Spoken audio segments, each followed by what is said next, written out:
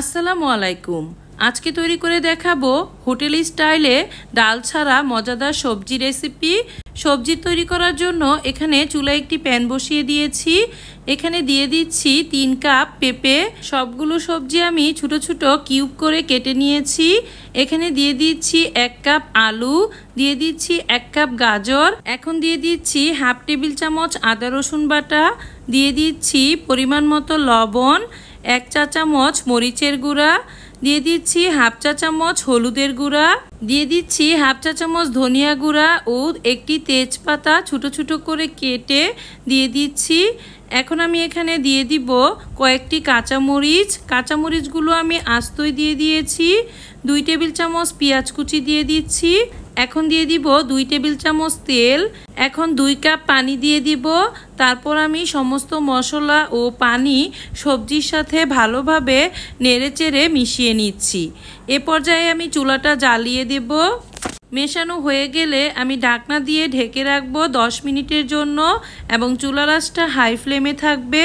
10 minute পর ঢাকনা খুলে আমি আবার নেড়েচেড়ে দিচ্ছি। এখন দিয়ে দিচ্ছি 1 কাপ বরবটি। বরবটিগুলোকে আমি ছোট ছোট করে কেটে নিয়েছি। এখানে দিয়ে দিচ্ছি হাফ কাপ টমেটো ও 1 চা চামচ জিরা গুঁড়া। এখন সমস্ত উপকরণ আবার ভালোভাবে মিশিয়ে নিচ্ছি এবং ঢাকনা দিয়ে ঢেকে রাখছি সবজিটা সিদ্ধ হওয়ার জন্য। এভাবে সবজি রান্না করলে রুটি, পরোটা বা সাদা ভাতের সাথেও খেতে অসাধারণ লাগে। আমার সবজিগুলো সিদ্ধ হয়ে গিয়েছে। এখন ঢাকনা খুলে আবার নেড়েচেড়ে দিচ্ছি। এখন আমি প্যানটা অন্য একটি চুলায় লো আঁচে বসিয়ে রেখে আমি একটা বাগার দিয়ে নেব। এখন চুলায় একটি প্যান বসিয়ে দিয়ে দিচ্ছি 2 টেবিল চামচ তেল। তেলটা যখন গরম হয়ে আসবে তখন দিয়ে দিচ্ছি 2 টেবিল চামচ পেঁয়াজ কুচি ও 1 টেবিল চামচ রসুন কুচি। পেঁয়াজ কুচি ও রসুনটাকে একটু ভেজে নিচ্ছি।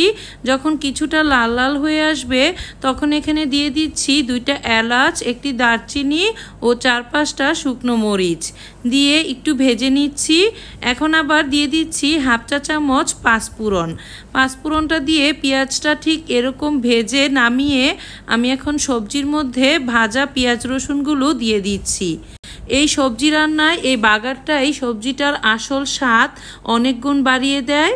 আমি সবজি রান্নার সময় পাঁচফোড়নটা একটু শেষে দিয়ে বাগার দেই, কারণ প্রথমে পাঁচফোড়ন দিয়ে পেঁয়াজ রসুন দিয়ে ভাজলে আমার কাছে মনে হয় পাঁচফোড়নটা পুড়ে যাবে, তাই আমি এভাবেই বাগারটা দিয়ে দেই।